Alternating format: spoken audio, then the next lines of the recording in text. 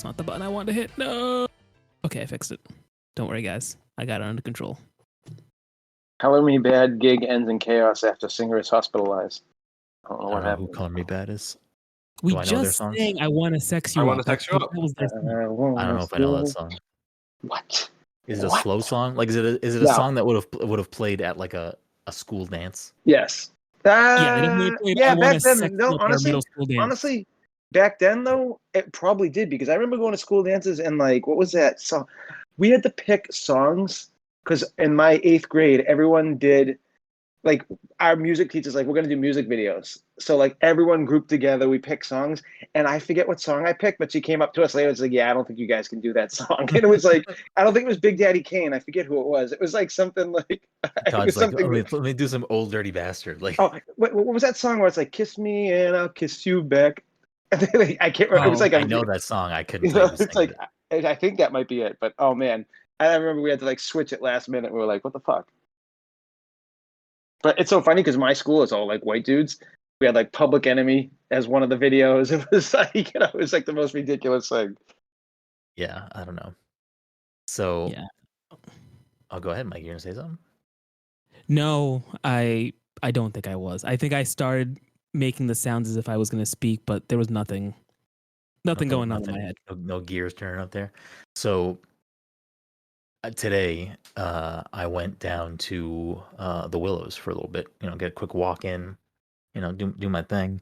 When Jen's texted me, she said Digital Underground. I don't know if that's accurate or not, it is. I just Googled it. Yeah, that's what I think we tried.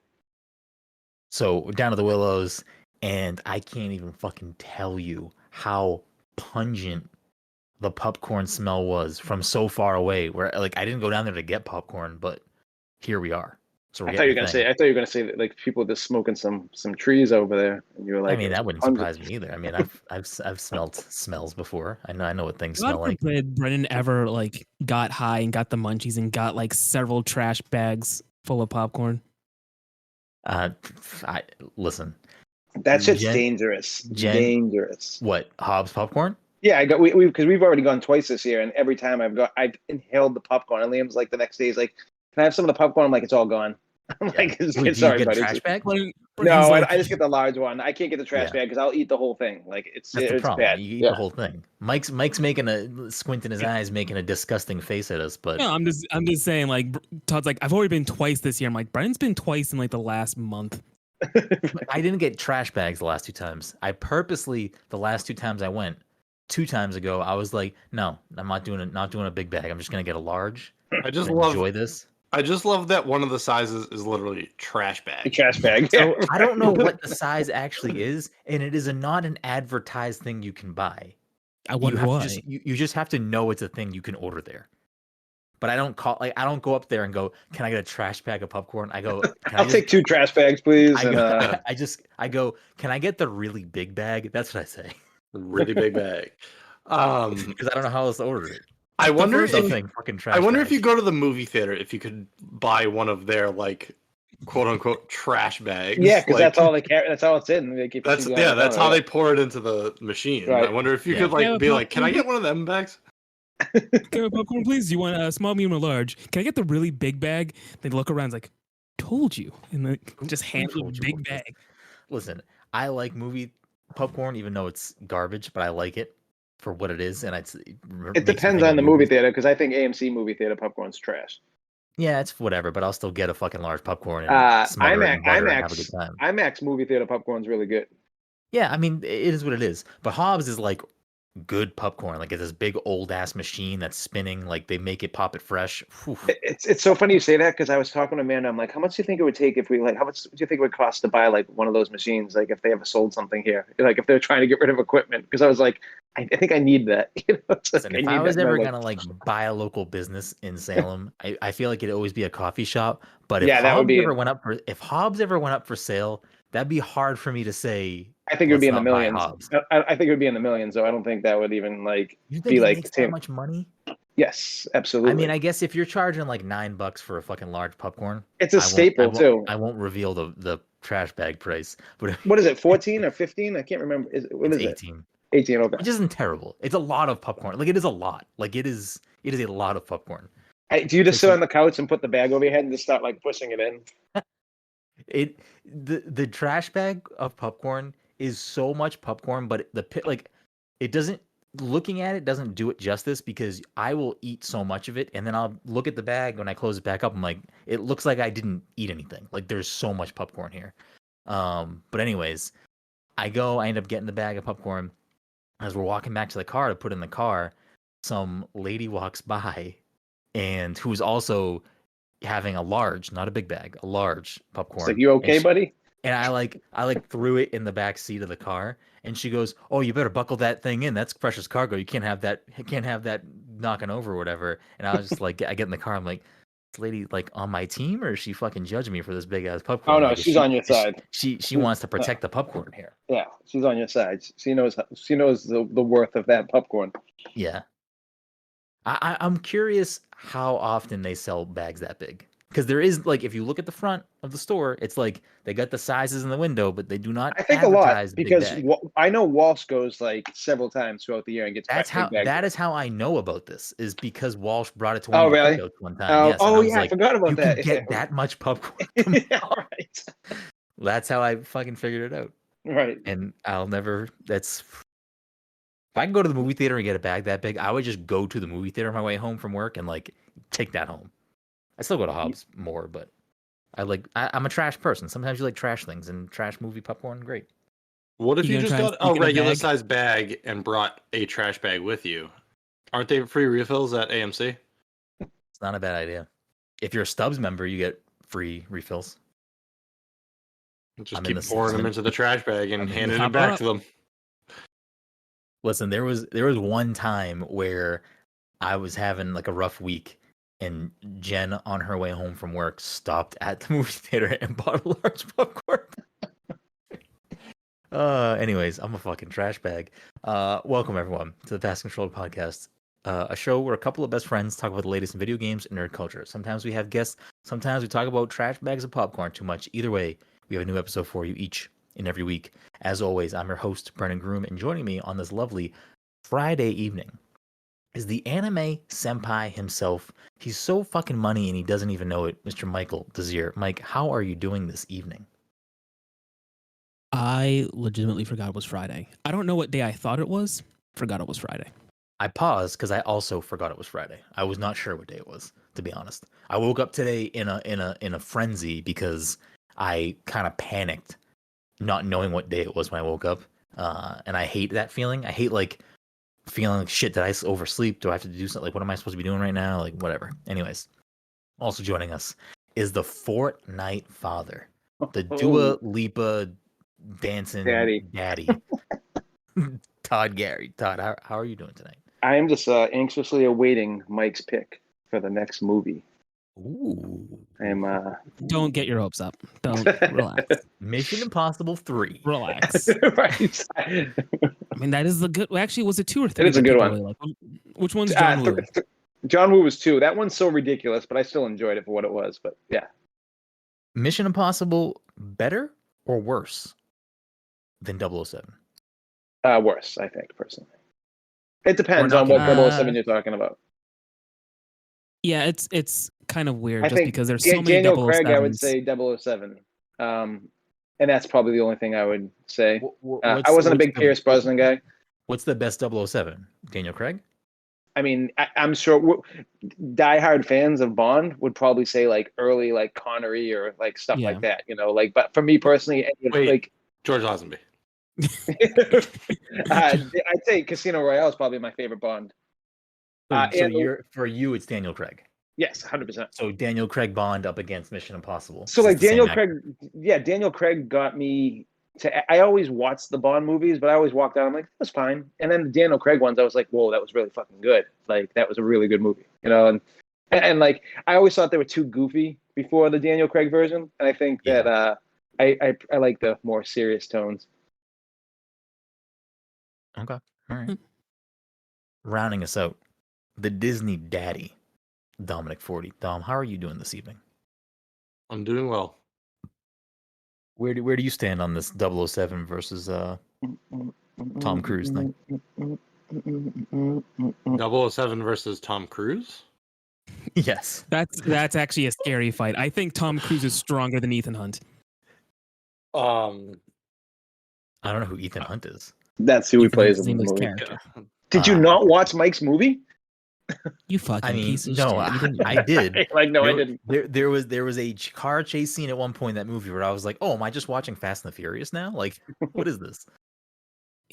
Of course, every car chase is Fast and the Furious. Tom, what do you think, though? Name Do you a movie think that has a car chase better.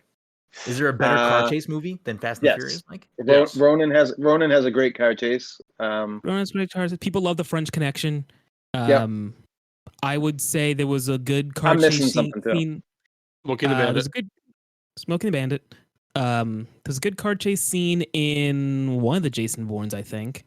I forget which one it was. And I was very personal. Didn't the Matrix have a decent car chase? Yeah, I think Matrix 2. Matrix 2 is like, it's amazing. I was going to say that one. That was great. That whole scene is amazing. Yeah. Yes. Yep. I feel like that would be a good long form topic at some point, like best car chases. We'd have to dig deep and look at some stuff, but I feel like there's some stuff there. I mean, Mad Max is one giant car chase, and that's like so good. So I mean, I've never seen OJ and his white Bronco. Just watch the most recent one. It's so good. I was gonna make that my pick. I might even put that. Is that Fury Road or is it something else? Yeah, it's like one of my favorite movies of all time too. It's insane. Really? It's all practical effects. It's not like that I like. That I'm a fan. Yeah, of. it's dude. I think they filmed this movie. It took them like 6 months. It's like guys on poles as the cars are driving. Like it's insane. Like what they did for this. It's like I want to say what I read. It was like 5% special effects and everything was real. Yeah. Like it's crazy that the first Matrix was all special effects. Like I didn't know that, and it's fucking bonkers to me. But Dom, what do you think of? No one's gonna call me out on that, all right? I didn't Dom, 007. Your favorite 007 versus Ethan Hawke, wherever the fuck his name is, Tony Hawk's son.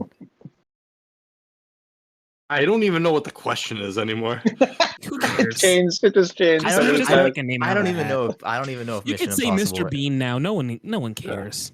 I don't even know if Mission Impossible and 007 are comparable things. I think my favorite 007 movie is The Rock. Yes, for real. I agree with that. Like The Rock with Sean Connery? That movie is the Alcatraz so good. movie? Yes. I have seen that movie. Oh, there's a great car chase in that. You've seen... Wait. Can we stop? Brendan's seen The Rock. That's a good movie. We haven't seen, I don't know, anything else that we've ever talked about. Toy Story 2. Wait, who's the other actor in The Rock? I forget. And Nicolas Cage. Sean Connery? No, I said Sean Connery. What's his name? Yeah, and what's his name? The guy, the bad guy's actually, he's so good. Ed Harris. Oh, that's right. Yeah. Remember when Ed Harris is giving his speech at like the end, like when he's like saying why he did what he did? It's so fucking good. It makes that movie so much better. I have definitely seen The Rock more than once. I'm so confused. Listen, I get more and more confused on this podcast week to week. When it comes to cinema, it's very hard to kind of put me in any type of box. Like, there might be a week where I say 8 Mile is my favorite movie of all time, and then there might be a week where I say I've seen The Rock, but I've never seen any other. Sometimes we talk about bags of popcorn too much. Sometimes we talk about Overwatch. Todd fucking gets it. A couple of housekeeping things before we roll right into this chaos. Can we real quick? I want to get your top 3 films of all time. Oh, this is bad. You're gonna try this one again today? Yeah, no, just real quick. Just Brendan. Because I want to get a flavor of where we're at in July of 2021, so we can revisit this in like 4 months, and it's completely different movies. Sure. Yeah. So July of 2021. You want to know my top 3 movies? Can I give you a top 5 at least? Yes. You get top The Nice Guys. I'll give you a top 5. Yeah, Hereditary, Midsummer, watched the other night. Really good. Mm-hmm. Florence Pugh fucking kills it. Like, literally kills it. Kills her boyfriend, too. It's crazy.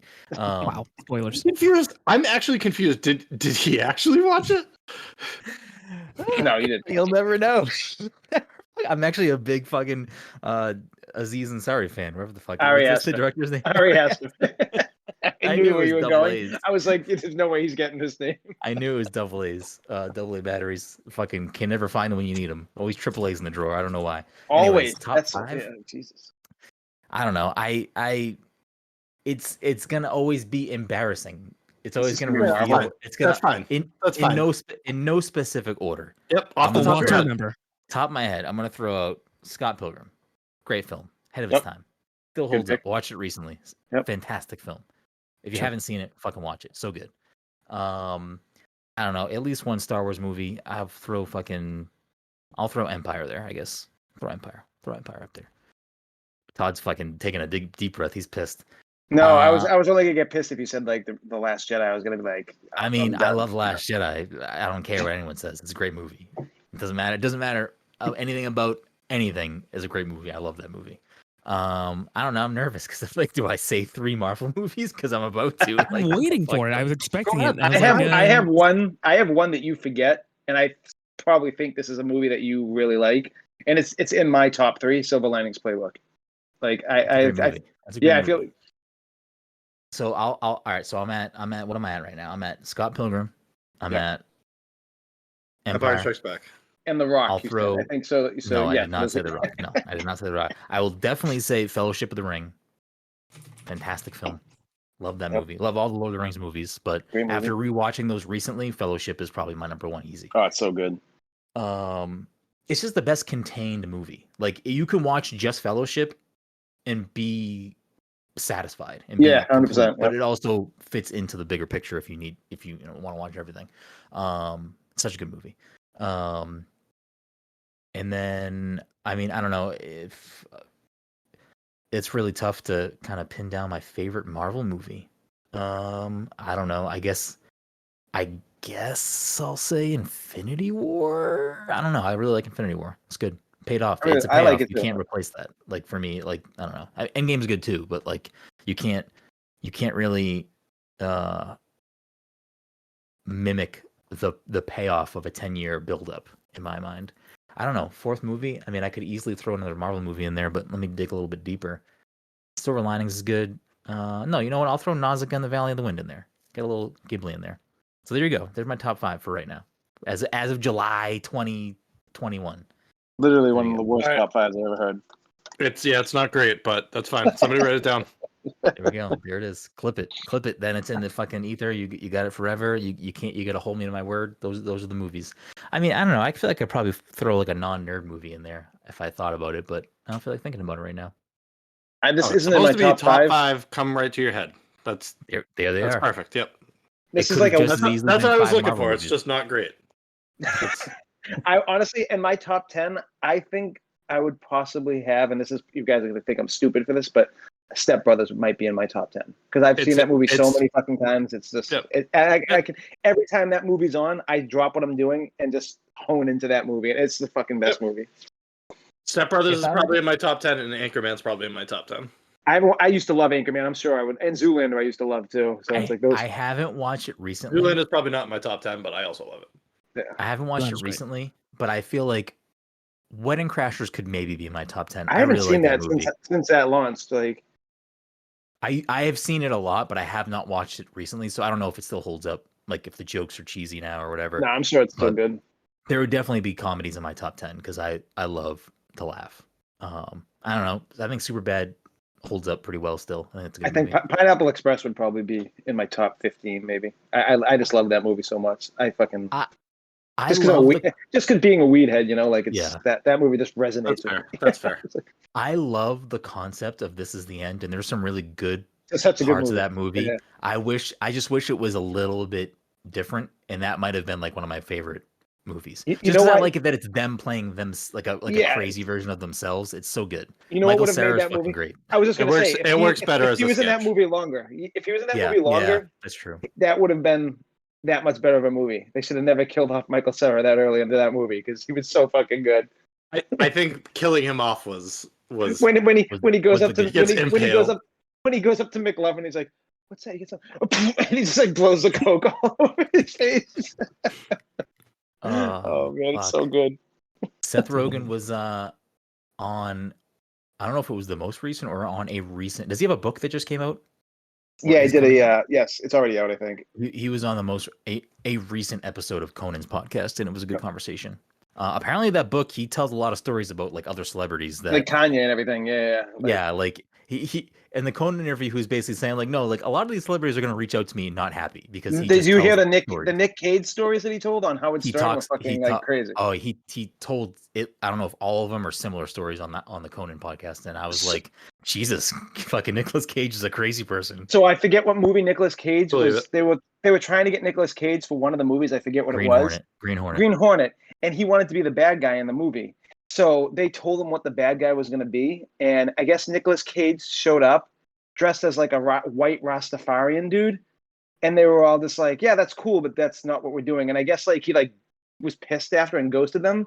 And then when they did Pineapple Express, he called Seth Rogen because he thought that they were stealing Spring Breakers. Yeah. Like they thought he was stealing like his idea that he gave them when he met with them as like that character. And I was just like, oh my God. And he got up at the dinner table. He's like, oh, I got to take this call. And he just left and never came back. Like when they were out to eat with him. Honorable mention, number 6 in my top 10, The Room. With Brie Larson? With Brie Larson. Yeah, no. Isn't that called The Green Room? No, I think it's called Room. No. It's just called Room. Green Room is the one with McAvoy. James McAvoy. There it is. No, Green Room's not James McAvoy. No. Green Room's no, it's Patrick Stewart. Yeah, and the kid who died. Yeah, I knew it was Xavier.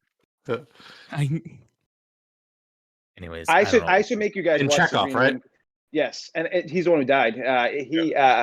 How he died is the most fucked up thing too. But yeah, I should make Brendan watch that movie because like there's one scene in that movie that is so fucking disturbing, and the acting in it is so good.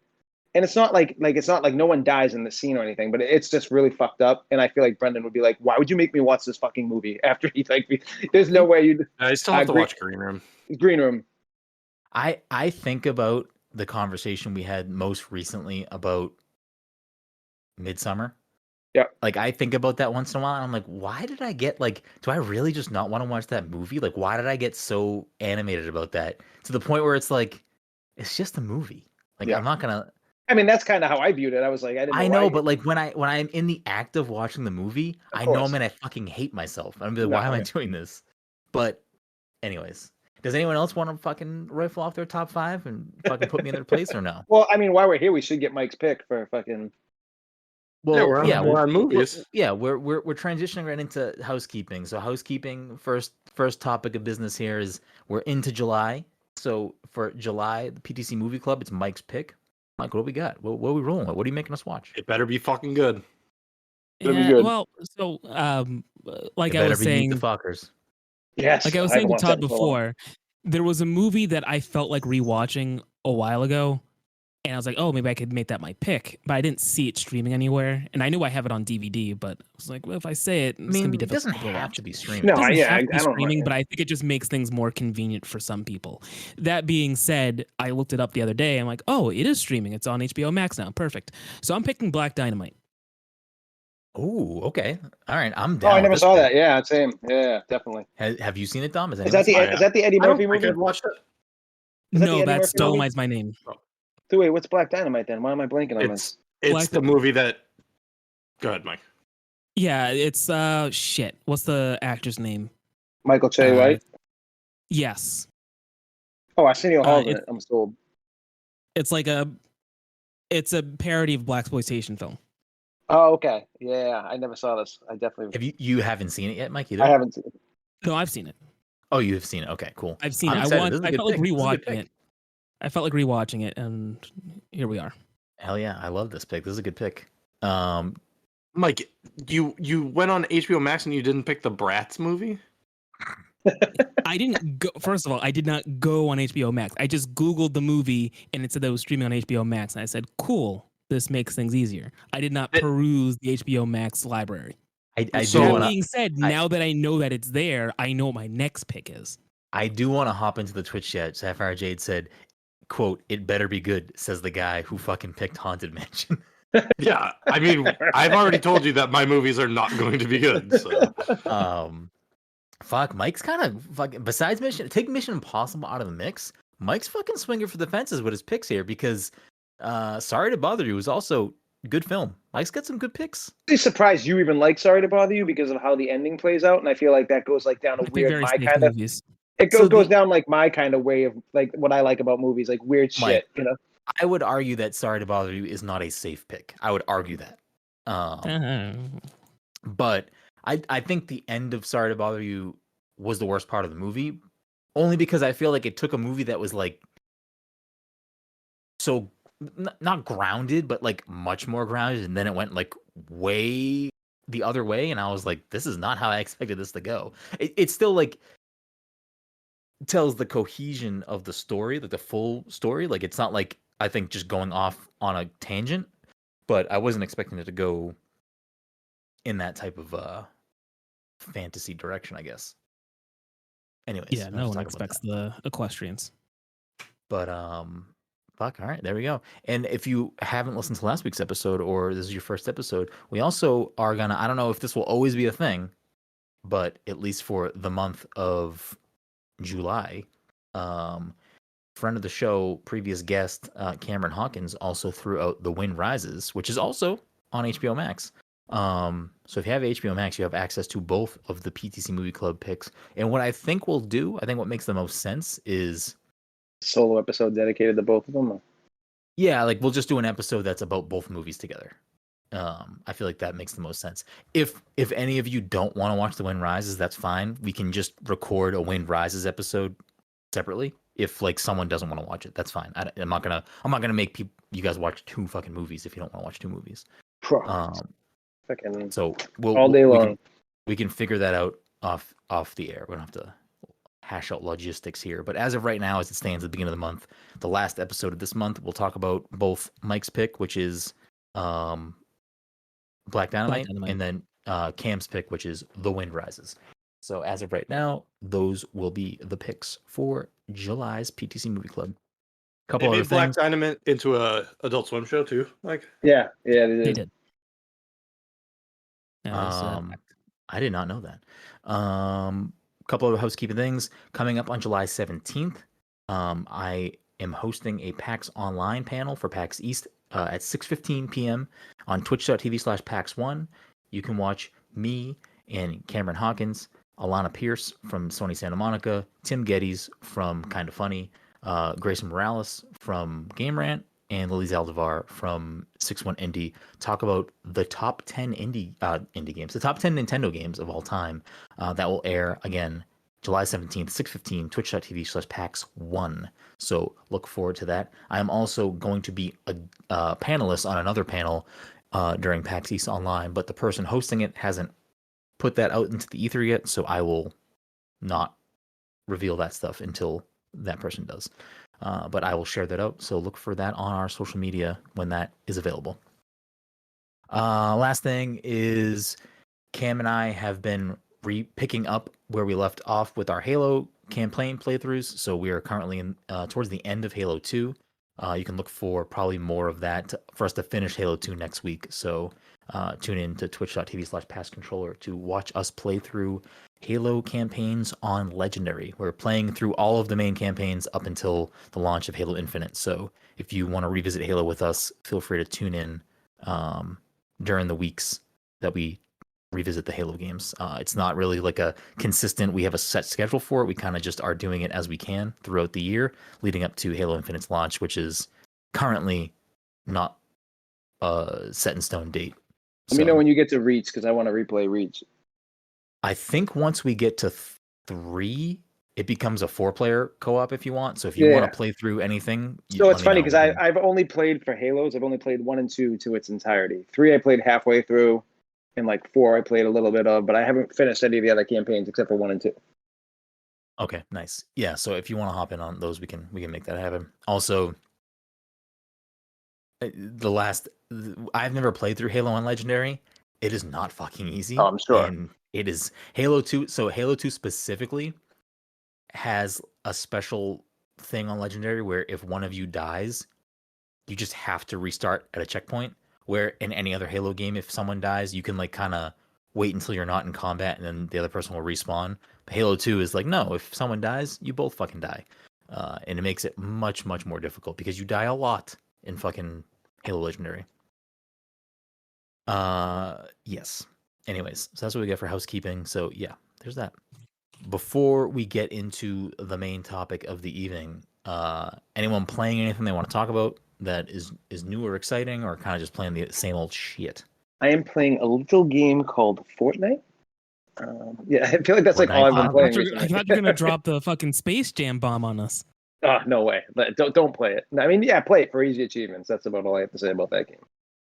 I got a quick 400 today in it. That's what I'm saying. I got 375 today. Played it in like 45 minutes. Not even. All I did, Todd. You want to get that extra 25 that I got? What was it? Plug in a second controller. I did that. 30 times. What did you get that I didn't get then? Because I got you that. You got to pass 30 times. Yeah, I got that. No, you got play. You got play with a friend. Just fucking keep pressing B back and forth 30 times. And gotcha. You get a 25 achievement. So. Hey Liam, get over here. I need you for like 5 minutes. I just put two controllers up and just kept tapping B. It just automatically passes it. Anyways, anyone else? Anything they're playing? Anything new? Anything different? No. So that brings us. Yeah. Have you been playing it, Dom? Yeah, here and there. So it's so good. We'll table Mario Golf for this second because it will build into the bigger topic for the rest of the show, which is we're basically at the midpoint of the year, a little bit past the midpoint of the year. So I think it's a good time to kind of like check in and just think like, all right, up until this point, what are the games that we've played so far that are, like the best games of the year for us personally, and then kind of looking forward to what else is coming out this year that we know about that we're excited for that could potentially end up being things that are the things we're the most excited about that we've played this year. So I guess we can just kick it off with Mario Golf because I know at least 3 of us have played that game. So how are you feeling about Mario Golf, Don? I'm enjoying it. I hope that they add DLC. I feel like they have already said that they are going to. Yeah, they announced that there will be free content that comes out over a span of time. I don't know if that's been a defined span of time, but yeah, I'm enjoying it. I haven't played online with you guys yet, but have you just been playing the like golf adventure mode or just playing golf? I've just been golfing, like just going through 18 holes. Yeah. Yo, isn't it crazy how long that takes? It's like legit almost playing a real round of 18 holes because last night took us 2.5 hours. I don't know how long it took around like 2.5 hours. 2 hours. Last night. Yeah. I think if you want to play a little bit quicker, you can have everyone golf at once. We should probably do that. I feel like that's like that way you don't have to fucking. So the only thing with that is that like I like both ways of it because I feel like when you do like taking turns, it kind of I don't know, like crack a fucking beer, like having a good time. Just it feels like I'm golfing. Where if like everyone was just going at the same time, I think I would feel rushed if I was like the last person or like second to last person. And I wouldn't be having as much fun. I don't know. I think it's fun to watch other people's strokes and see them fuck up. Todd's thinking about vinegar strokes right now. So,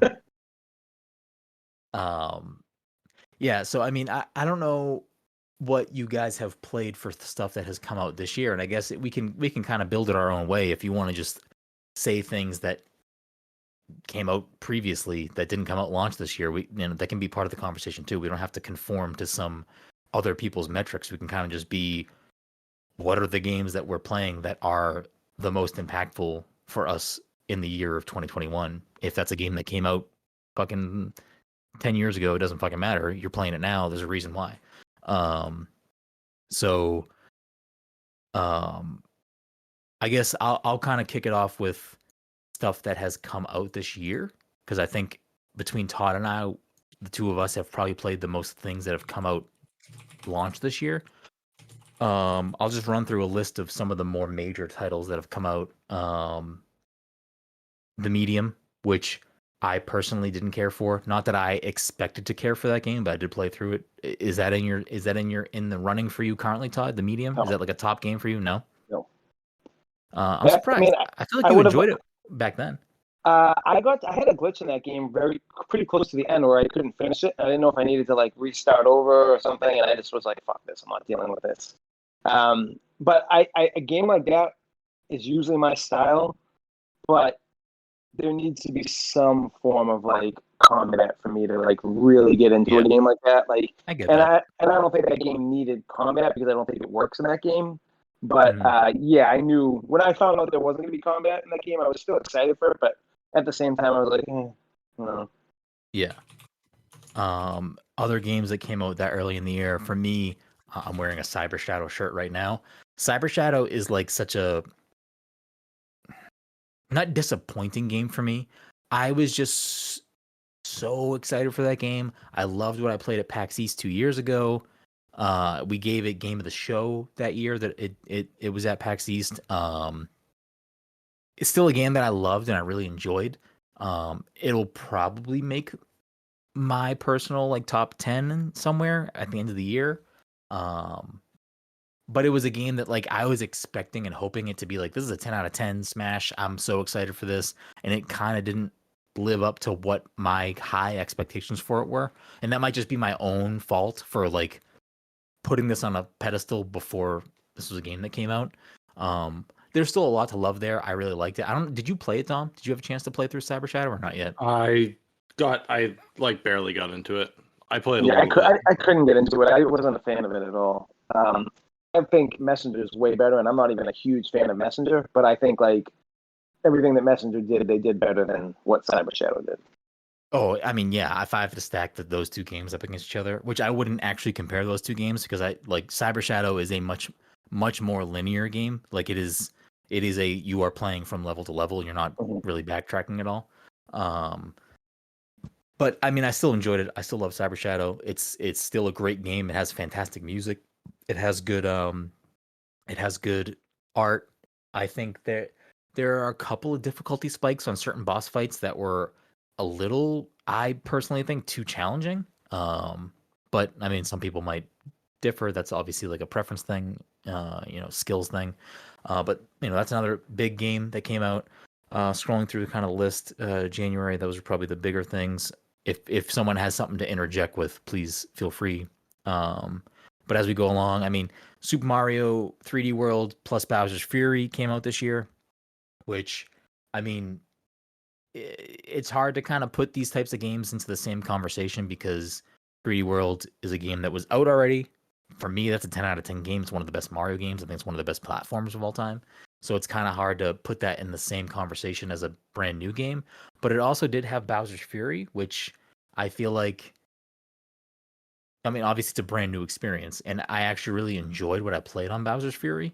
So like that's a top game for me. If that's I wasn't like, a fan of Bowser's Fury. I'm surprised by that. See, but I feel like you don't really like 3D Marios though. Yeah, you know what? I there hasn't been one that really like resonates with me. But like Sunshine is probably the only 3D Mario game you like. Yeah, probably. I mean, 64 back in the day. Like, I mean, I don't know if I'd want to play it now, but like back in the day, I did enjoy 64. But yeah, after revisiting 64 last year when the All-Star Collection came out, I'll say once you kind of put your brain in the mindset of it's an old game and like dealing with the controls and the camera really is the problem. Once you kind of like frame your experience around that, I actually was very, very impressed with how much Mario 64, in my opinion, holds up in this day and age as like a good platformer. Once you, again, grapple with, it's a product of its time, especially with the camera. And once you learn to kind of deal with that, I think it still holds up very well.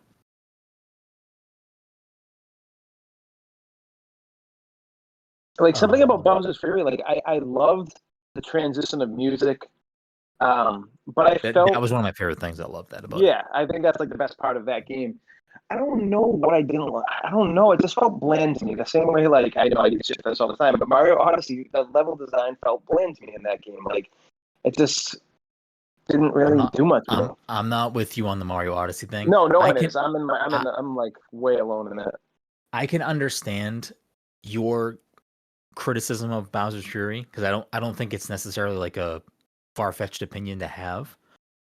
I honestly think that Bowser's Fury was them testing the waters to see if the next Mario game could be what Bowser's Fury was. Because I think the next main Mario game is going to be very, very, very much like Bowser's Fury. Yeah, in my definitely.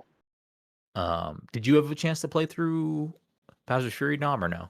I got into I started it, but didn't get super into it. Yeah. Did you end up getting it, Mike? I can't remember. Nope. Did you like 3D World though when we played on the Wii U, Mike, or no? I believe Game? I did. I think Yeah. I had. That's the game where you can be a kitty. I'm a cat. I'm a cat.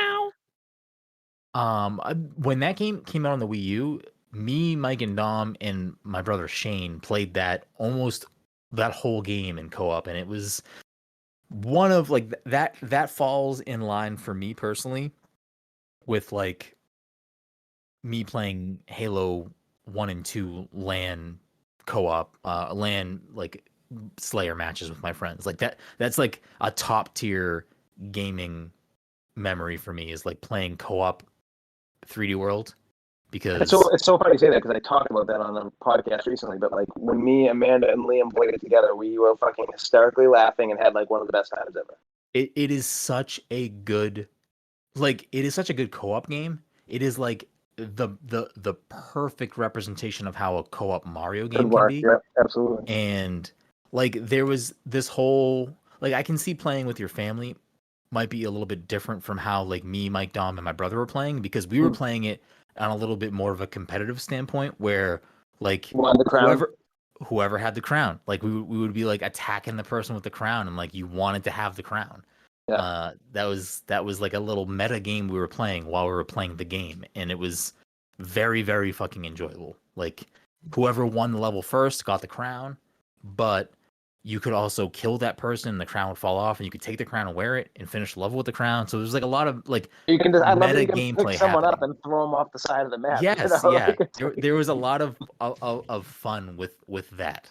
Like it was a very, very smart implementation of a meaningless thing with the crown, because I don't think it did anything. Maybe it gave you a higher score. I have no fucking idea if it actually did anything meaningful, but it was like enough of a carrot on a stick that like we all ate it up and we were fighting for the crown, because like who doesn't want bragging rights?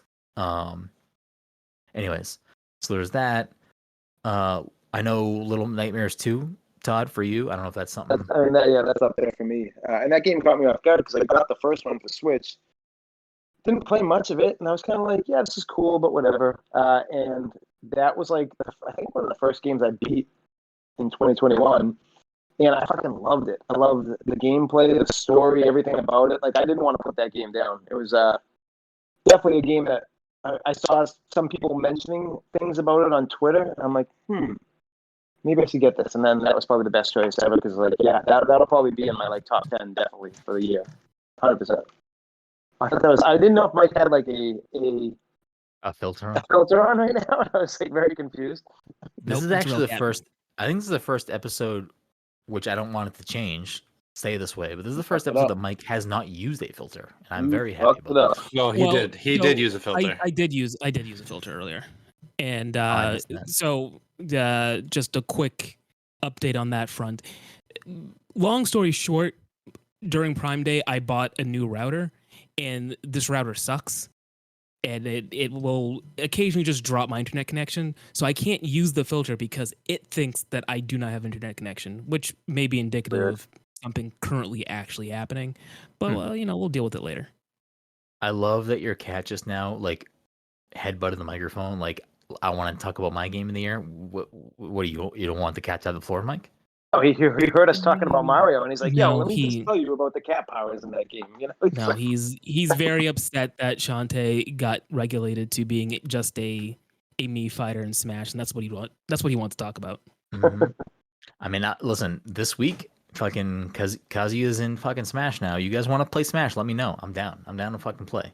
I'm not gonna use Kazuya ever, but I tried. Still haven't downloaded the Battle Pass. Fighter Pass. You can buy Kazuya a la carte for like $4, $5 or something. Yeah. If you don't want the rest of the fighters. It's not gonna happen. I'm just gonna buy the Fighter Pass. Battle Pass. Battle Pass. Jesse Jesse in the chat is throwing out front of the show, Jesse Vitelli. check him out. Prima Games, killing it as always. He threw out Hitman 3, which is a game I not played. Did you play that, Todd? I played Hitman, so I was playing the Hitman series leading into that, but I'm that weirdo that fucking doesn't want to play Hitman the way they want you to play it. I want to go guns blazing. And I feel like I guess you can kind of do this, but you can't really do it the way you used to be able to do it. And I get bored, fucking, and I'm not like clever enough to figure out ways to do that. So I beat the first game, and then I was like, do I even want to play the second one? I'm like, I don't know. But the third one sounded cool because they had that mission based on like Knives Out kind of thing, and in like the murder mystery and the apartment and the big like old house, and certain things look cool to me in that. But maybe I'll play it one day when it goes on sale. Yeah. I don't know if Hitman's a game for me, but like I don't know what I'm basing this off of, but I feel like Hitman is a game Dom would enjoy. I don't know why I'm like throwing this out there, but I feel like it's a game Dom would enjoy. I think I played the first one. I've never really played a Hitman game. I may have like touched a Hitman game at some point, but I never really played a Hitman game. We saw the movie. Which one? Because there's there's two or three, I think. I saw the first one, I think. Okay. Is it good? Right, we saw it in theaters, Mike. I do not think I saw any of the Hitman movies in theaters. Really? I'm pretty sure I saw the first one in theaters. I thought Are it was they with good you. movies? No. No one said they were good. They exist. Jesse said and one then- has Timothy Tim Oliphant. Oliphant, in it. yeah, and he does. Yeah, he looks really weird with a shaved head too. He's just like. I think that's the more recent most one, is it recent- not?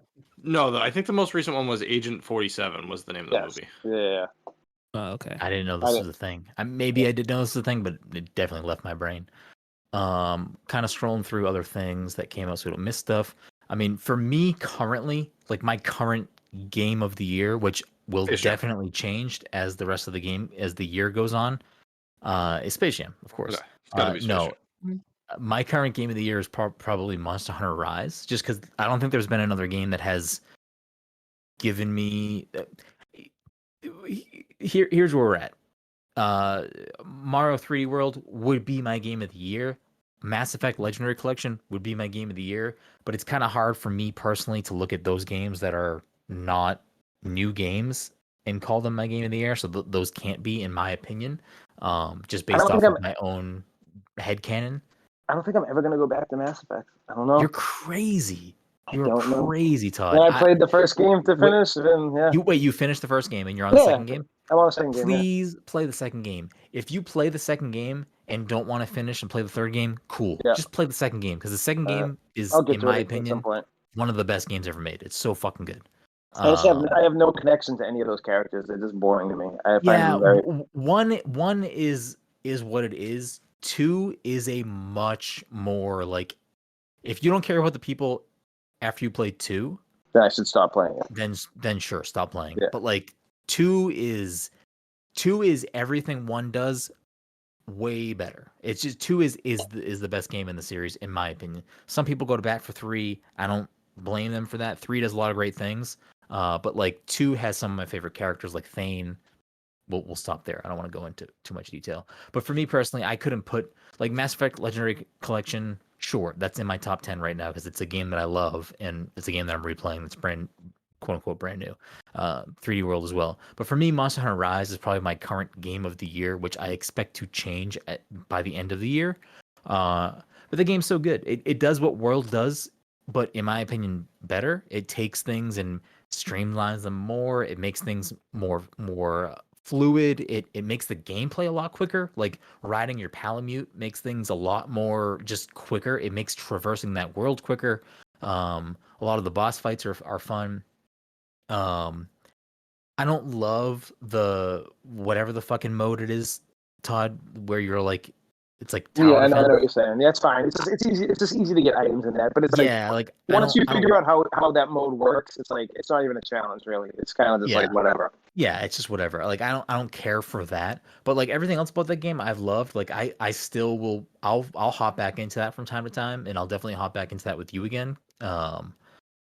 But like, do I see myself going to Hunter rank 100 and killing those like bosses that got added for Hunter rank 100? Probably not. But I'm at like 60, I think, right now, and I haven't played it in like 2 weeks. But It's the most I've ever put into. I think I got like 150 hours on that game. So that's definitely like my game of the year. It's like it's in the talks of like my top 3 of the games of the year. Yeah, for you, I think that'll end up in the top 3 for sure. Whether it's the number 1 or not, I don't think it will end up being your number 1, but I think it'll be in your top 3. It'll probably be in my top 3 too, potentially. I mean, it's a great game. I love that game. I think it is a further step in like making Monster Hunter a more approachable series for more people. It basically solved all the issues I had with the previous game. With World, So like, and I don't know if a lot of the hardcore fans are digging it, but for me, I think it's like a perfect game now. It's like I don't want to track. I don't want to run around a map and like track animals. I'm in the same I boat don't want to do that. And I get how people might like that, but like I just like get to the fucking point. Let me go fight a monster. Let me get out. Let me go fight another monster. Like, you know, it's very streamlined. It has a lot of quality of life changes that I think just make it a better game in general than most of the other Monster Hunter games. Yeah. Even though people live by Iceborne. Before I go on to, I guess for me, probably the next 2 games that would probably round up what are my quote unquote top games of the year. Again, which I fully expect my list by the end of the year to not include most of these games. Mike, where are you at with like, regardless of whether the game came out this year or not? Like, what are you considering your, you know, current games of the year, things that you're playing, whether they're new or not, like things that are taking Mike's time up in Mike's brain space? Okay, let's do a quick rundown of the games that I have been playing this year. So I clearly been playing Fortnite. Okay, establish that game's been out for like 3 years. Been playing. I briefly I will play Overwatch for getting loot boxes that I don't open. No, I haven't played it in a while. Summer event hits, I'm fully back in, because not only summer event have arguably the best bonus mode, which is Lucio Ball, but I heard they fucked up Lucio Ball last year though, and it wasn't good. Wait, they changed Lucio Ball? Yeah, like they made it so you had to like, they had like these platforms in the middle of the map and everything that you had to like bank shots off. There's fucking platforms in Lucio Ball now? Like they did stuff where they put like, I don't know. I just remember people bitching about Lucio Ball that it wasn't as good. I didn't even play it last year, which is crazy to me. I never played the summer games last year. That's how far. I mean, I'm not surprised. You're in the part of the divorce with Overwatch for you personally, where like you don't ever want to speak to Overwatch again. But there will be a point. Miss it either, yeah. But there will be a point where like you're still divorced from Overwatch. You'll probably never love it the same. I hope you do. But you'll probably never love it the same. But there will be a point where it's like, yeah, no, I'm friends with Overwatch again. But like, you know, I never get back together with Overwatch. That's where Todd is at. He's in the state before that. I played it so much that I kind of like burnt myself out of it. That's like a huge part of it too, though. You know, like I played that game. That's hands down the most I've ever played any game in my life, and it's like months worth of time, which is fucking. Yeah. If you really think about it, it's fucking insane. It's probably like over 3 months worth of gaming time with Overwatch. That's 3 months of my life that I spent playing a fucking game, which is like there's no other game I've ever done that with ever. Yeah, which is why I am still confused. Last year, when we did our games of the decade, and 2 years ago? 2 years ago, whatever that was, when we did our games of the decade episode, and you vehemently argued against Overwatch being mentioned because there might not be a game that you've spent more time in than Overwatch. I know, and it's so weird because like I think I played that game for like a solid 3 years. Like I legit like hated every second I had with it, but I still had to play it. I don't know why. I get it. You know? I mean, that's a thing that like people that play certain games kind of get in that mode. Like there are people that play, you know, Valorant, League of Legends, Dota, whatever, that like Overwatch, obviously, CS:GO, that like they fucking play the shit out of it. It's like I fucking hate my time, but I'm gonna play this game. I'm literally yelling at people. People are messaging me. I'm messaging people back. I'm like, why am I doing this? All right, let's play for 3 more hours. Yeah, I'm so happy that's not my relationship with Overwatch. Like, I'm so happy that's not my relationship. Solo queue is like a nightmare. Yeah, it's just. But yeah, I don't know what we're talking about Overwatch. What I was saying was crossplays here now. When the Summer Games event comes back, if any of you want to play, I have a group of people that play Overwatch weekly, so we can play with them. They don't play ranked, but would prefer not to play. I would be cool with playing quick play. Like I think like when we played with Jesse recently, all I wanted to play, like Jesse wasn't 25 on Xbox. I'm like, I want to play quick play. I don't want to play ranked. Well, that's the thing. So the group that I'm talking about is a group that Jesse introduced me to. Jesse, they mainly don't really play ranked. They pretty much just play quick play. Best way to play that game and not get mad at it. I am also like within the last year, like I'll play ranked. I'd prefer to play ranked, but because I also don't care about my rank. Like I want to win, obviously, but like I don't care at the same time. Like I'm not gonna be mad if we're losing all night. But within the last year and a half, I find a lot of enjoyment playing quick play too, because quick play allows me to like fuck around with new characters and like that's why I like it so much. That I never really played with before, and then realize like, oh shit, I like Echo actually. Right. But anyways, Mike, so you were saying. Oh yeah, I was just working back for the games that I've been playing this year. So we got those two. Beat Saber every once in a while. I haven't turned on my headset in a while. So you haven't played the Interscope mixtape still? No, because I still have to uninstall the game and then reinstall it for me to download it. Yeah. So I was working out in Beat Saber again today on going off a quick tangent. The two of the songs on that, first of all, playing fucking whatever that Limp Bizkit song is, what is it called? I don't know. I have the Limp Bizkit pack, but I don't think you're talking about that. So I don't know. No, you're thinking of Linkin Park. Oh yeah, that's right. Limp Bizkit is in the Interscope pack. I think it's Keep Rollin'. I don't know if the song's called Rollin'. Hands up and hands down. Yeah, I don't know if that's what the song's called. What is that song called? Rollin'. It's called that. Okay. Yeah, it's just called Rollin'. That is a very because I play on expert with the tempo turned up. That is way too fucking fast. But as much as I don't really love this Gwen Stefani song, the song with Akon, Sweet Escape. Yes, that song. It's not my favorite Gwen Stefani song, but it's a good like Beat Saber song. And then Kendrick Lamar DNA is also part of that pack, and it's a good beat map. Like it's a very good song. You should get into it soon, Mike, because it's there's some enjoyable beat maps there. The TikToks I send you of that girl who does that, I'm just like literally in awe. I'm like, how does she fucking do this? Like, I am like, so Mike is better than me at Beat Saber. I play expert with the tempo turned up, and I'm good at most songs, but I'm not quite at the level of being able to like go expert plus and fucking play balls to the wall. But I don't know. It's crazy. Anyways, so Mike, what would you be your game of the year currently? Ready for Fortnite. Is it Fortnite or is it something with a bunny and a baller? I don't understand what that's supposed to mean. A bunny and a baller? What do you think that means? We're gonna what do you think it means? I don't know. I'm so confused by it because it took me off guard. Yeah, sure, why not? Let's say it's Space Jam. I don't give a shit. I haven't played it yet. It's fine. It's downloaded. Mike will be your game of the year.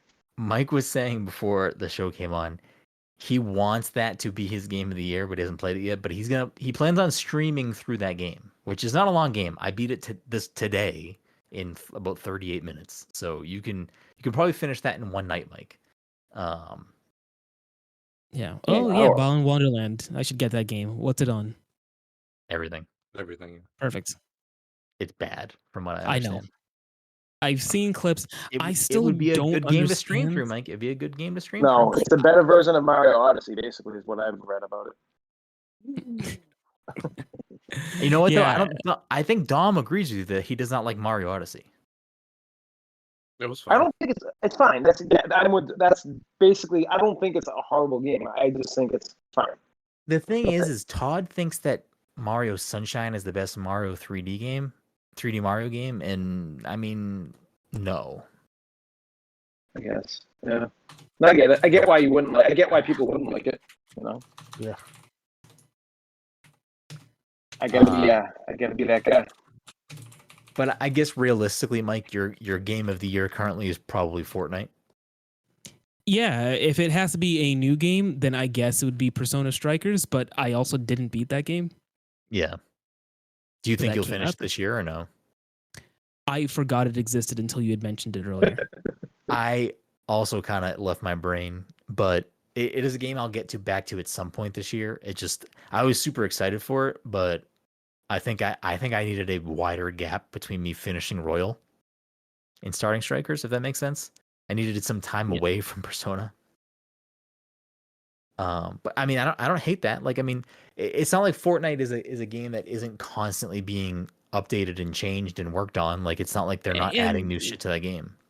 And to be clear, I only play Fortnite when you guys are playing Fortnite. Oh look, my shit came back on. I didn't even do anything. Like, my computer just decided I had internet again. McCree. Fucking high noon somewhere in the world. That's gone now. I turned it off because I didn't expect it to turn back on. I was confused.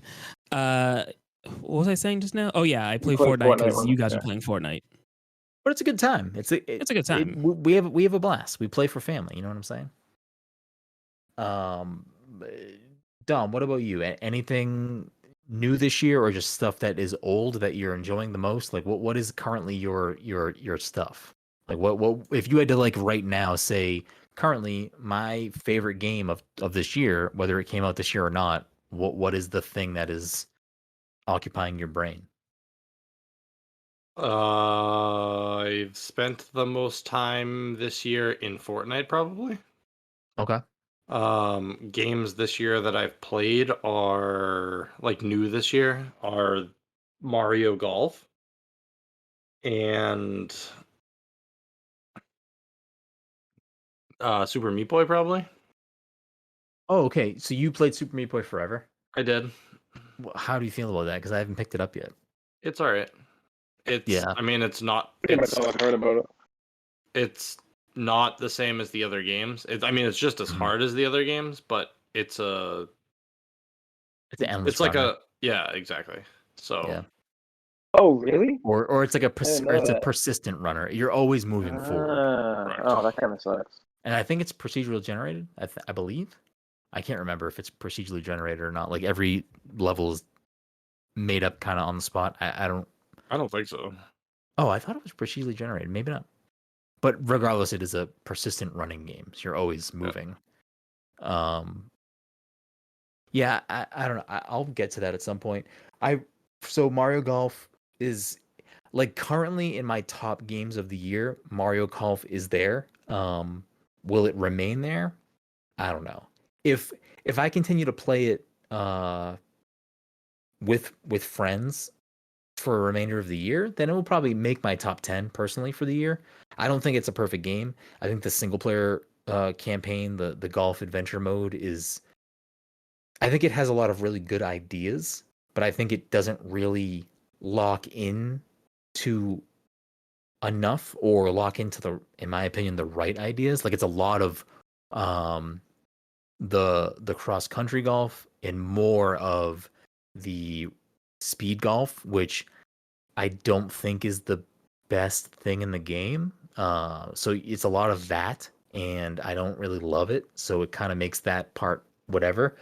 But I've had a lot of nights with Todd, with Jesse, with a few other people, where we've played like a round of 18, and it's a couple hours having a good time, like playing the game. Like, it is a good time.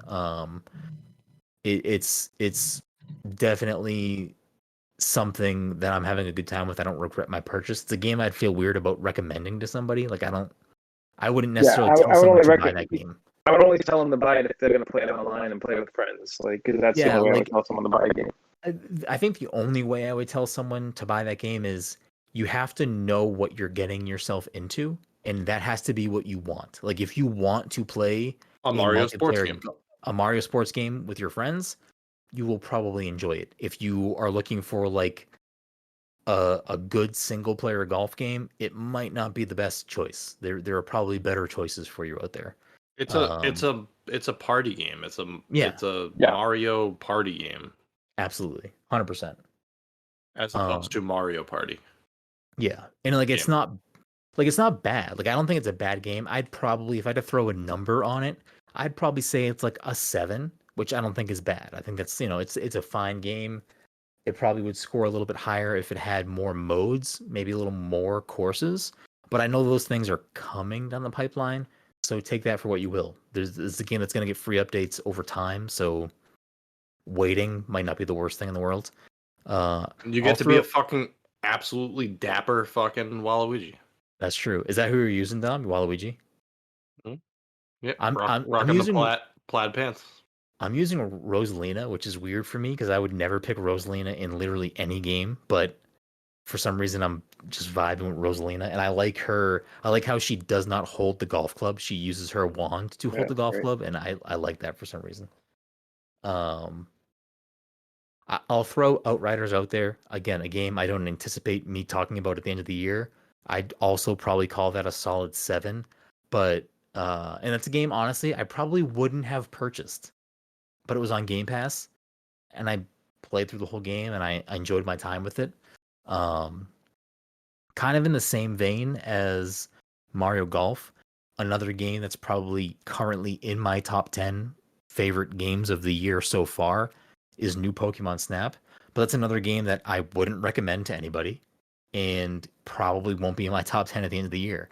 It's just a very specific game of, if you want more of what that Nintendo 64 game was, you will probably find some enjoyment there. Is it a good game? I don't know. Probably not. It's again, I'd probably call that like a 7. I enjoyed my time with it. I don't regret buying that game. I think there's some issues with that game. I hated the Illumina Pokemon stuff. Those levels were terrible to me. I thought they completely ruined the flow of the game. I didn't necessarily love the progression of the game, where you had to continually play over the levels over and over again to grow, but I also understand why the game was kind of built that way. But overall, I enjoyed my time with it, and it was a pleasant experience, and I don't regret purchasing it at all. I think just don't want to spend $60 on it. Yeah, that's the thing. Like, I would put Pokemon Snap and Mario Golf in this same category of, I personally really enjoyed my time with them. I have a hard time putting my stamp on it of, I recommend this. Go spend $60 on it. I don't think so. I just don't think that those are necessarily games that everyone's going to enjoy. If you know what you're getting yourself into and that's the experience you want, then maybe you'll enjoy it. But I don't know. I don't expect Mario Golf or Pokemon Snap to be in my top 10 by the end of the year. But that's just me. Who knows? I know you have some other games throughout there, Todd. So what would be your current game of the year? I think I know. Yeah, I mean, Monster Hunter Rise is up there. Returnal. I thought it was going to be Returnal. Yeah, no, I mean, like it's back and forth. Here's the problem: like, I've done a lot in Monster Hunter Rise and Returnal. I haven't beat the second boss, and it's still probably in my contender for game of the year. I'm just I want to like look into the story online, but I also want to beat. My goal is to beat that game. I'm going to eventually do that. I just jump around from too many games, but another game I haven't mentioned is Chivalry is definitely in my talks for game of the year right now. Yeah, I kind of forgot all about Chivalry. That's that's 100% in my talks, because it's unlike anything I've ever played, and it's just really fucking fun. I mean, will it be my game of the year? It won't probably, but it's definitely in my talks for game of the year for me. I feel like that could easily end up making my top 10. Like that's a game that I thoroughly am enjoying my time with. Like, if we got like a crew of people to buy that game too, that game could have a lot of potential to just be like, really fun gaming nights, and yeah, for sure. Yeah. I mean, we already have 5 people. I forgot. Yeah, because it's crossplay.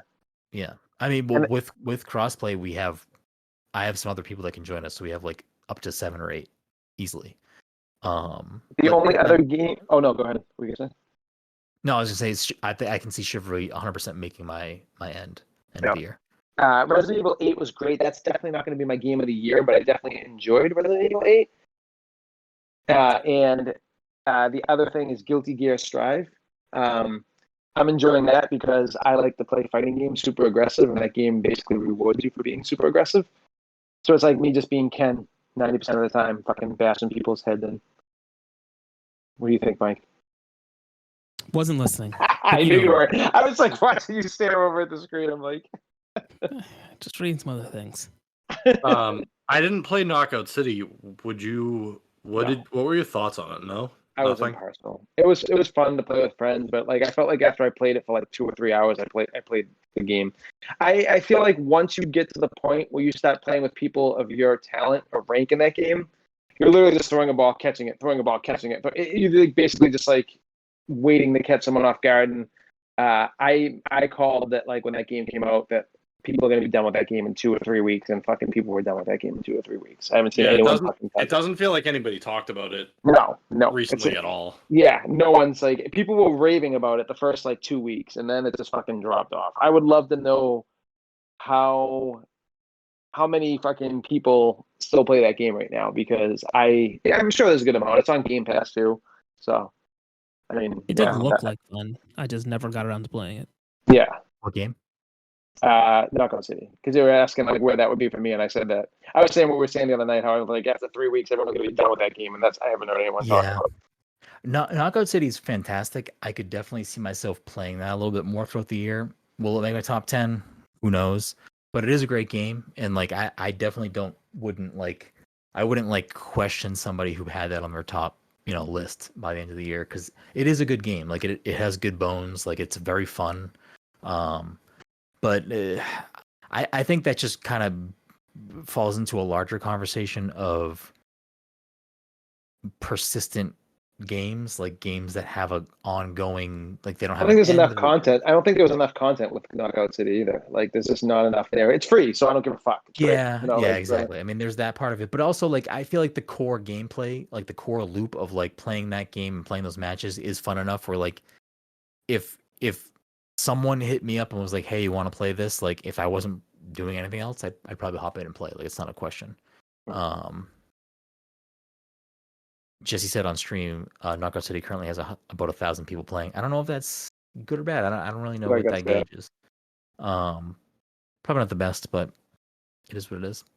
I think the last thing that I would probably throw out there into the ether is, I feel like there was another game I wanted to mention before we wrapped up, and now I am losing my marbles. I didn't play It Takes Two.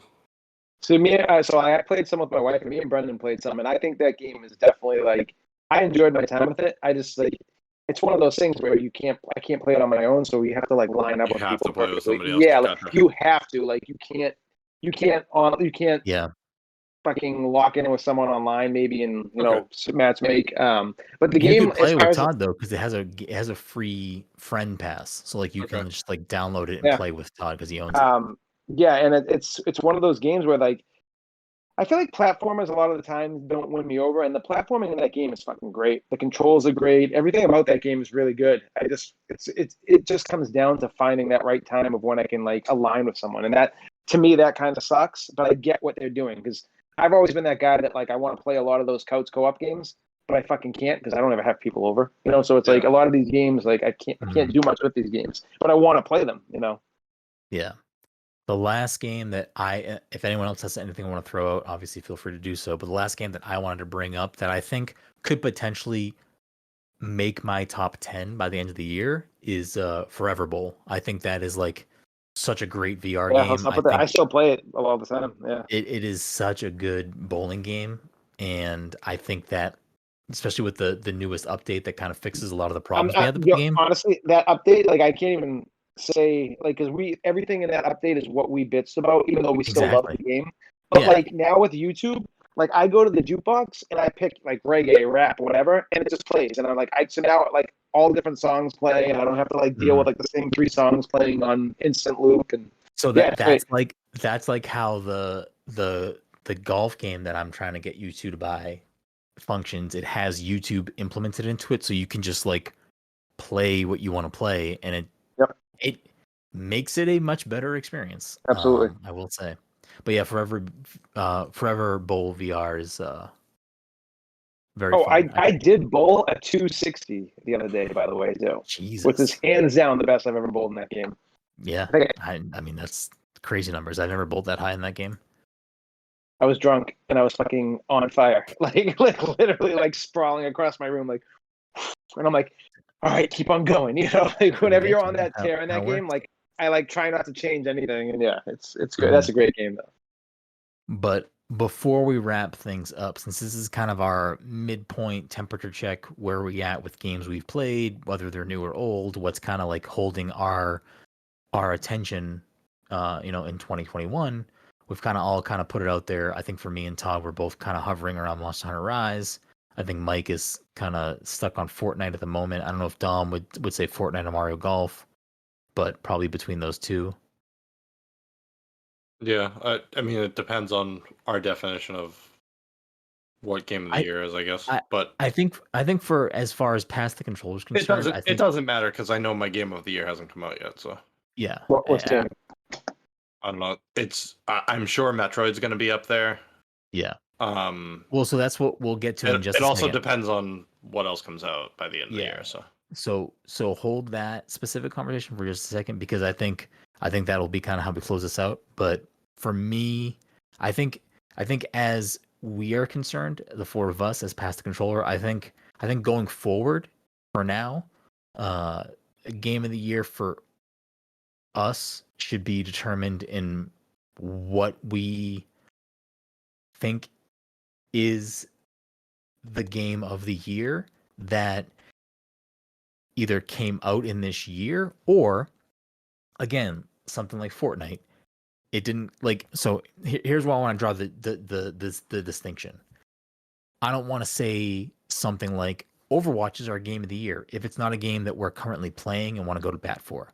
But like if Fortnite is a game that you're playing currently and it's a game you want to go to bat for, I'm fine with that being a part of the conversation because it's a living game.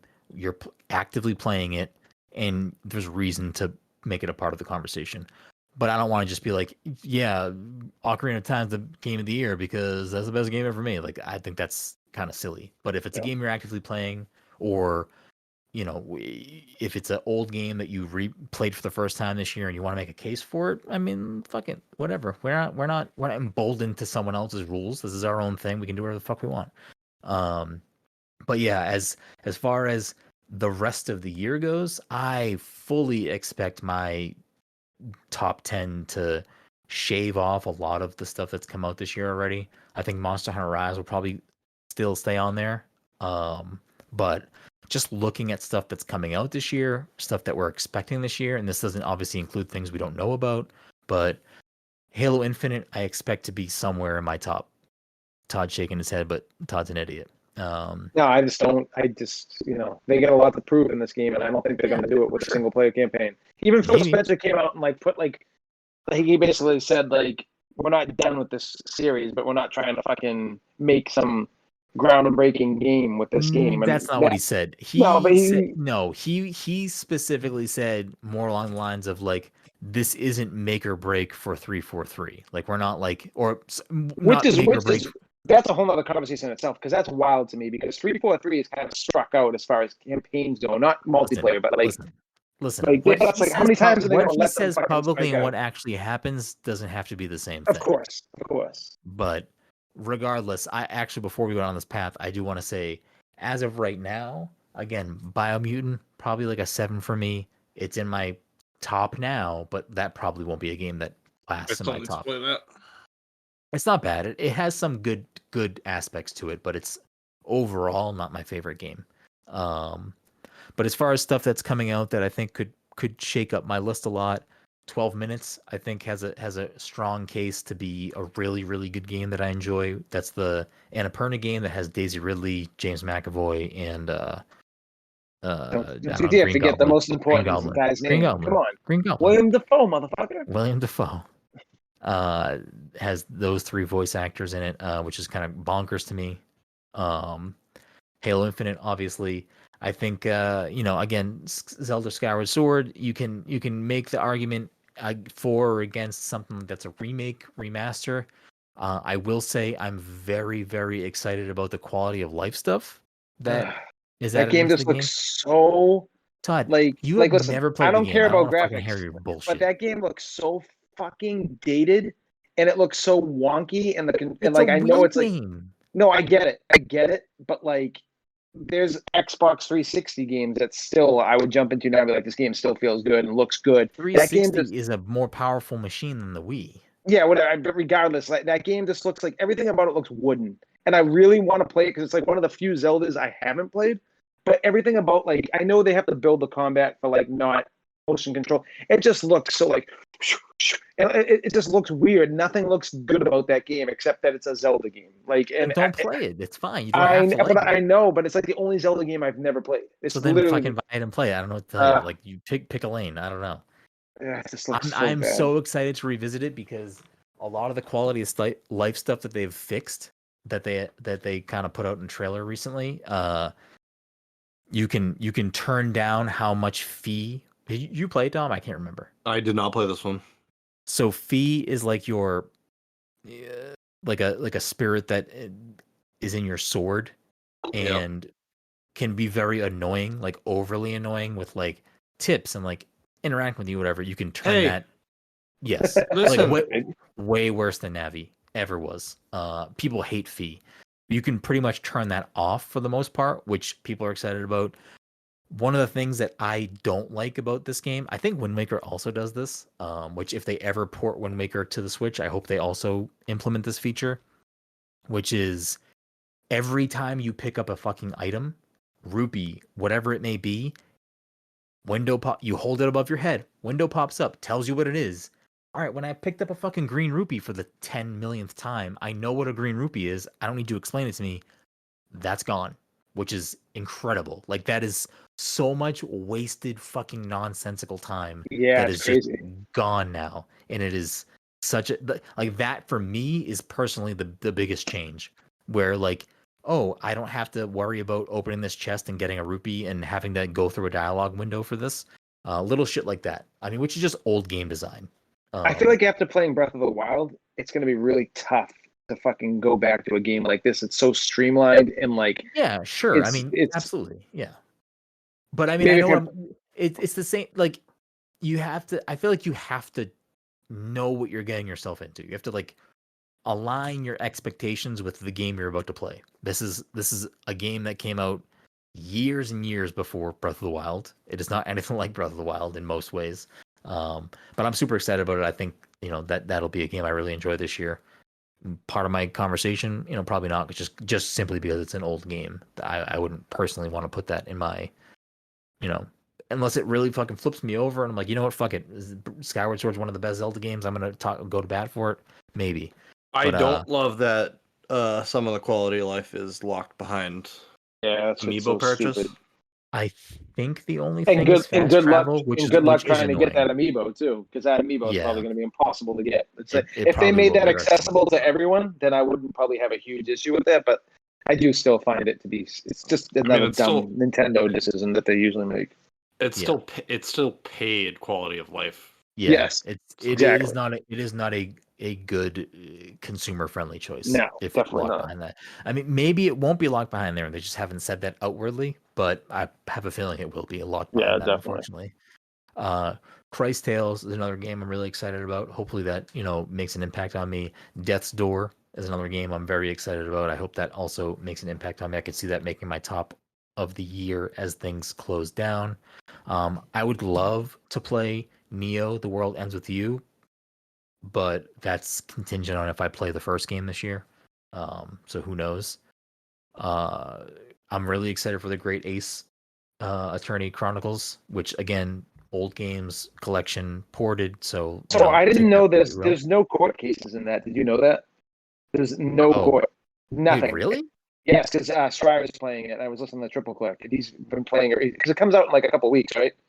Comes out this month, yeah. Yeah, so there's no court cases in that game. You literally are like kind of like detectiving it. And he loves it though, and he's a huge fan of like those games. Yeah. So he still loves it. So I'm sure I'll probably end up playing it too. Yeah. But... I'm getting it for sure. Like I can't wait for it to come out. I didn't know there's no court cases. I do that reminds me that I do need to finish the other. I do too. They're so good. It's so good. Mike, I think you'd really fucking like Ace Attorney. You should really fucking pick it up because it's fucking fantastic. We'll see. I think It's just good, Mike. I think Deathloop's gonna knock all my game of the years out of there, and it's gonna probably end up being because that game is a game that is my ideal type of game. I think that game's gonna be fucking dope. I could see that being a top game for you, if not the top. I want Guardians to be my game of the year. I hope it's good. It has potential. I had zero interest in it, but like, yeah, it's just I would love it. I have a ton of interest in it. I just don't expect much from it. Yeah, I don't need it's and it's coming out this year, correct? Yes, I think. Which like, and we didn't even find out about it till like 3 months ago. October. I feel like that's like a red flag in some ways. 3 months ago is generous. We found out about it like month, didn't we? Like a month, yeah. Like I feel like that's always a huge red flag. I don't think it's a red flag. I think no, it's not a red flag. Yeah, you know what? Maybe I'm wrong. They made one of the best Marvel games ever, so I mean, we should still give these guys a chance. Technically, it's a different team. It is not the same people working on it. It's just being published by Square. I actually really like the game too, so like I'm like knocking myself for like liking that. But... You're a fucking moron. So play that game too. Don't play it right now because unless they've already patched it, which I hope they fucking did. If you play it right now, it takes everything out of your game, right? It reveals your IP address on the screen for everyone else. Wait, really? Yes, they keep fucking up with that game. They keep doing really, really. How do you fuck up such a huge like property? Like it's just so fucking weird. Well, I mean, at least it's not a giant security problem. Yeah. Get swatted for fucking playing. Bridge of Spirits. I'm very excited for. I think that could be a top game for me. No More Heroes 3, also a game I think I could see making my top 10. Listen, none of the other No More Heroes games are really that great. I'm so sick of people acting like this is like a huge deal. Like literally the No More Hero games are okay. They're like not like some like revolutionized like everyone's have to be a revolutionized thing. Some people can love a game, Todd. And the stories are so fucking stupid. Like they're so ridiculous. Like in those games. Mario, full stop. Mario Golf Rush is not a good game. I'm loving this game. Yeah, but the controls are good and everything. No More Heroes controls have never. Yeah, but No More Heroes. It's not revolutionizing anything. It's not doing anything new for golf. So No More Heroes doesn't have a good story. It's just got fucking super like over the top cheesiness. It's your opinion. The gameplay has never really been like anything like special. Like so, like I don't know why people are fucking acting like people do this with every Nintendo game because it's like a new Nintendo game. It's not a Nintendo game. It's coming on PlayStation I know, but it's 2. Oh, is it coming on PlayStation 2? I didn't even know that. Yeah, but like, it's not a Nintendo game. It's Grasshopper manufactured. They're not owned by Nintendo. Listen, and you're talking to someone who's played 90% of the Grasshopper games, and I liked a couple of them, but they are like the worst controlled games. Like Shadow of the Damned was a really fun game, but like they don't know how to implement good controls into their game. Fine. I mean, I like No More Heroes. It's a good stylized game. It does a lot of interesting things. I like Suda51. I think he makes good games.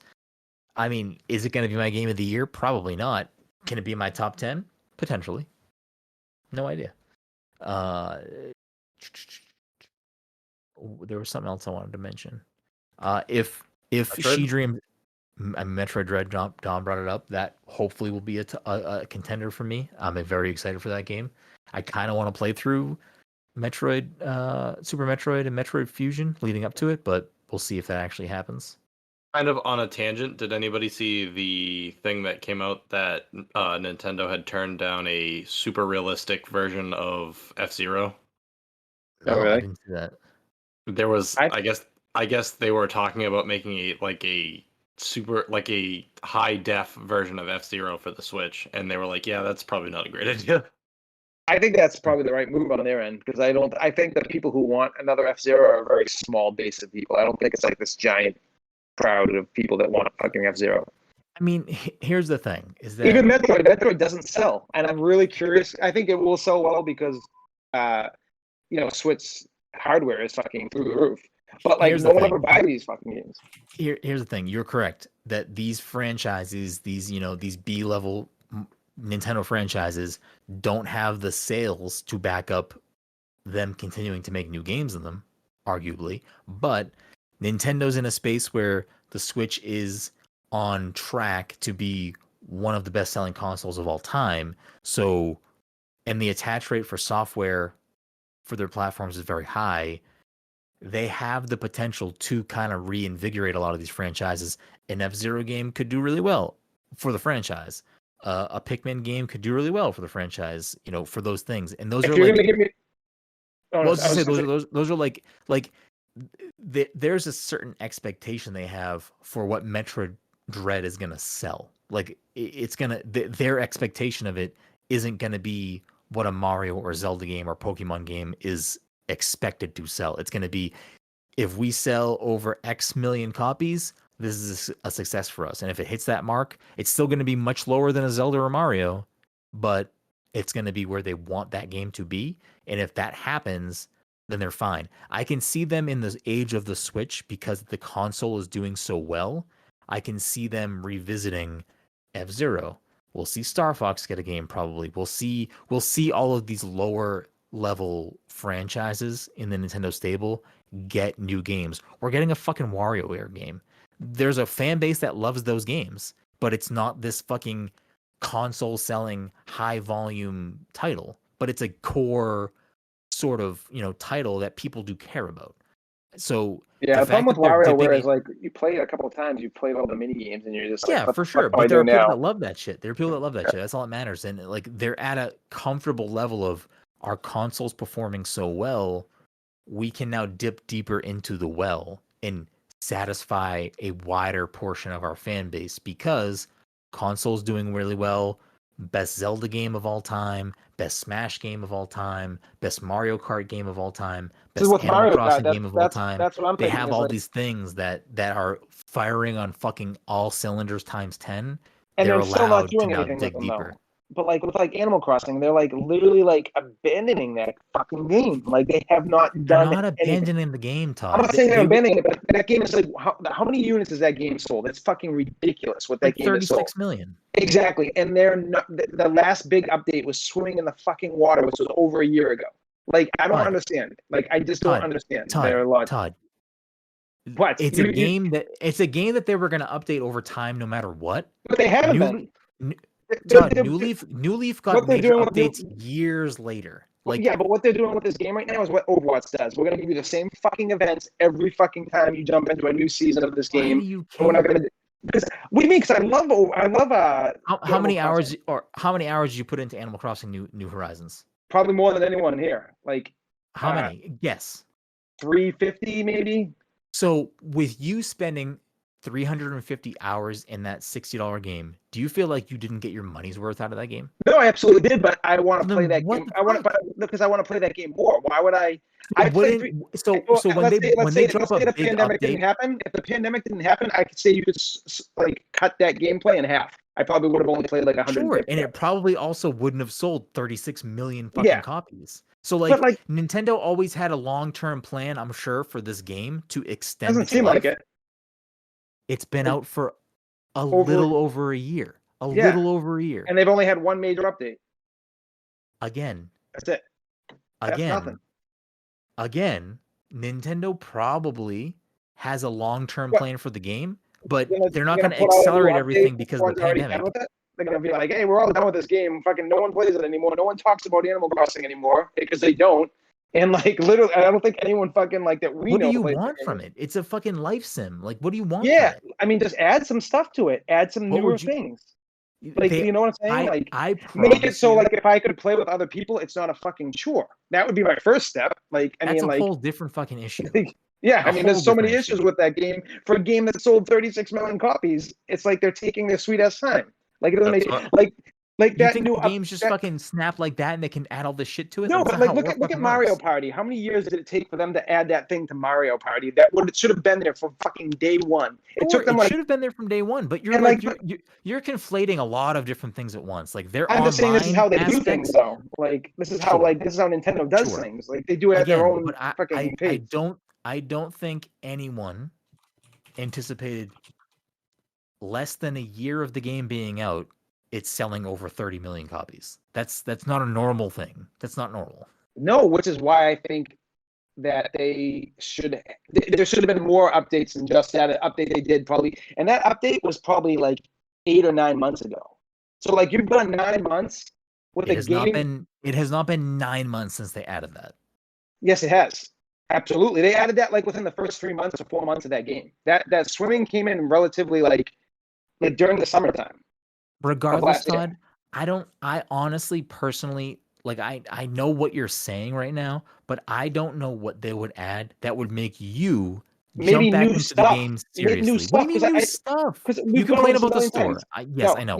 You get the same items over and over again, but like, and then you're like, you even admit the online's fucking broken to get into other people's islands. They don't make it easy to play with other people to get their stuff from their shops. Why would I not admit that? I'm not. Nintendo's not in my pocket. I'm not going to stand up for them. They're online for pretty much.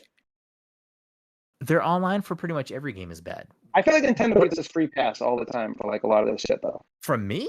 No, from everyone. For like that's Nintendo. Sure, other people maybe, but like I'm gonna look at this from how any business is gonna work.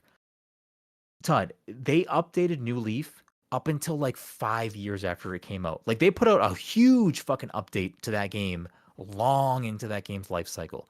I fully expect that Animal Crossing New Horizons has a long-term plan for content updates that are bigger than just like little events and holiday things. But I don't just think because the game sold 30 million copies that they're going to snap their fingers and have new shit out. I definitely think they probably are accelerating certain things that maybe they plan on adding at later dates. But that also doesn't just mean that they're going to pop them out. They don't even have stuff that they have in New Leaf in that game. Like there's stuff that's missing from New Leaf that they could easily implement into that game. But they didn't. There are things that are in previous Mario Golf games that aren't in this Mario Golf. Like yeah, but that's fucking Mario Golf. I think Animal Crossing is a whole nother. I think comparing Mario Golf to fucking Animal Crossing is like. Listen, Nintendo wants Animal Crossing to be a pillar of their thing. New Leaf started that for them. New Horizons cemented that for them, but it doesn't necessarily mean that game development works where they can snap their fingers and they can just make it happen. That's not how it works. Yeah, I think using the game development excuse for Nintendo is an excuse. Like I don't. Why? Most of these studios are still working remotely. Yeah, but most of these people Sakurai in the most recent Smash Brothers has done way more in like the last year than what Animal Crossing has done, and it's way more in the last year. What have they done? They've put new fighters in and new maps and new music and stuff like that. Like Animal Crossing has done nothing. Full fucking stop. In the last year, when they add a new fighter and new maps and new music, they add one new map and one new fighter at the same time. Okay. Because they're a part of a package. And in the most recent Sakurai Presents where he talks about Kazuya, he specifically says that we're still working from home. This is still a challenge. And the last fighter will come out this year. You just aren't going to hear about it for a long time because we're still working from home. So like, yes, that fully impacts how they're able to do things, especially a company like Nintendo, because they are so secretive. But they haven't even they haven't even brought up Animal Crossing. Like, have you heard anything from Nintendo on it? Like, they don't have to have something right now, but have you heard anything about Animal Crossing in the last, 6 months? No, but I fully expect that's fucking crazy to me. Like these games are based off of what social media like the more people that are saying, hey, I'm playing Animal Crossing on fucking Twitter and shit like that, the more people do that shit, the more the game gets hyped up, and no one's talking about Animal Crossing anymore. Animal Crossing, I still have people on my timeline that play Animal Crossing daily, weekly, and post about it. Yeah, is it the same thing as everyone who's locked in a fucking house playing this game? Listen, you're talking about a game that came out in March, where the world went into lockdown. Agreed, but it still has less features than a 3DS game. For Nintendo. It still has less features than a 3DS game. That's crazy to me. What more? I want to hear what you think. More features are in New Leaf that are not in New Horizons. So I'd love to hear what you have to say. New Leaf, you could go to a online area where you could literally go and view other people's houses and do this go through there would be rows of people's houses when you it was part of the main strip. The KK Slider thing is just a waste of time at this point. He literally sits out. He doesn't have his own club. There's no coffee shop. There's fucking literally there's a lot less content just because you can fucking terraform your island. There's all that other stuff is there's so much stuff. Hold on. I want to know. You want to spend time going to other people's islands? I would like to see what other people are doing with their islands and be cool, I should try something like this. You can do that because they did add that to the game. But with the dream thing or whatever, don't you need a friend code to do that though? I didn't need friend code to do that. You don't need a friend code. You just need a fucking Their the dream person's code. island code. Yeah, I Yes. didn't need that before. Like that's like now all of a sudden I need a fucking. I don't island think code. that's correct. I'm not sure, but I don't think that's Like, correct. yeah, like But it's wild to me. what did the coffee shop bring to your experience in Animal Crossing that you're missing right now? It's just new stuff to go see on a daily basis. Like there's like if we were still playing this game right now, I don't know what the fuck we'd be doing. Like what would we like? You get your fossils done right away. You get like everything you can. You have maxed out your museum? No, you didn't. No, but half the reason I haven't maxed it out because I dropped the game because it got boring after a while because there was nothing new to it. Like I'm not going to sit and wait for again, like 3 months for a new season. Fucking 400 hours into the game. I would argue that you have like got your money's worth with that game. Yeah, of course. I'm not saying I didn't get my money's worth. I would like to see a game like that do more with what they could do rather than just because I played it in the pandemic for 300 hours, I got my money's worth, of course.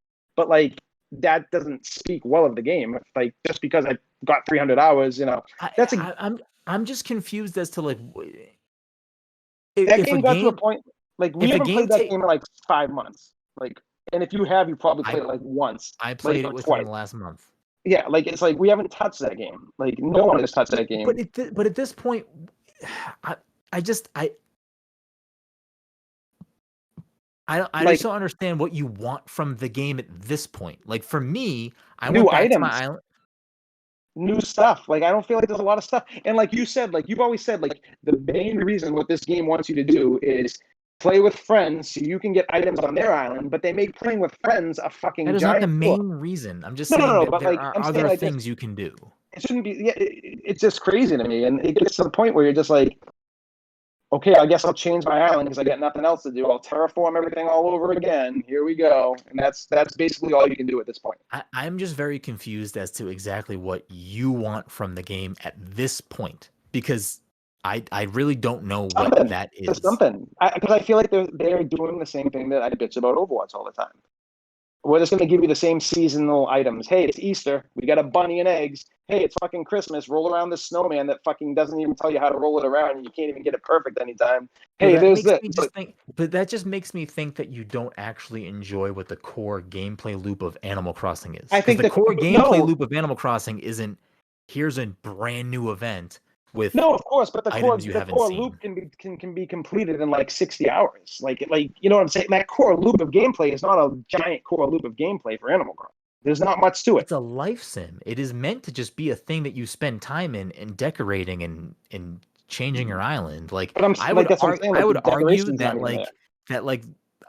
that terraforming is more than any other previous Animal Crossing game has had in it, simply because it gives you the ability to not just remodel your home, you can literally remodel the entire I think that's the best part island. of the game. That's it. But like you can only do the terraforming so much without anything new items or anything. Like it's sure. But like you also don't have every item in the game. You may have all the things that you care about, but like so how the fuck do I get them? Like it's like like that snowball thing with like we talked about this. Like they don't even explain how to do it. God, I literally and that's how you get new items. Fucking Animal Crossing right now. I'm saying that's how you get new items is by doing for the winter event. Exactly. Sure. And a thing that didn't work that we don't like. Sure. You really want the items and you don't want to do the event? Go on to Nookazon and just fucking trade with somebody. You can spend bells or Nook Miles tickets and get the items very easy. There are ways to do it if you don't want to. I'm not looking to play a game to have to go online to fucking bargain with people. Like if that's